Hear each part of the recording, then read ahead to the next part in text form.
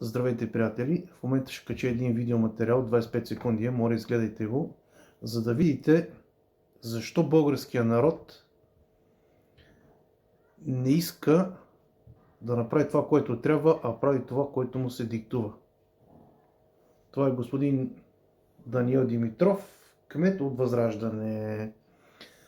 Този господин все още няма власт, но си позволява да ме заплашва публично. И то там, дето му не е мястото. Гледайте материал.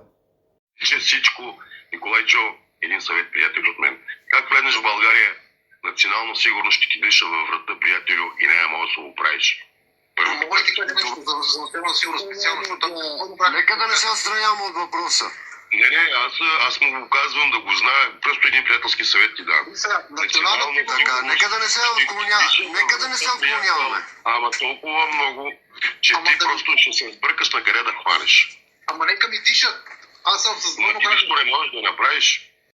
Приятелю Димитров, този уж приятелски съвет аз го приемам като заплаха и ето защо ти си живото доказателство, както ти, така и партийката ти, защо хората наистина не искат да говорят и казват нещата такива, каквито са.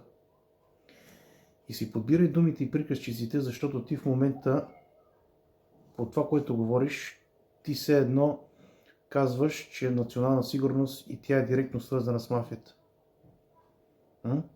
Не се ли слушаш какви тъпоти говориш в момента? Направи си сметка за думите, които изказа току-що. Приятен ден, приятели!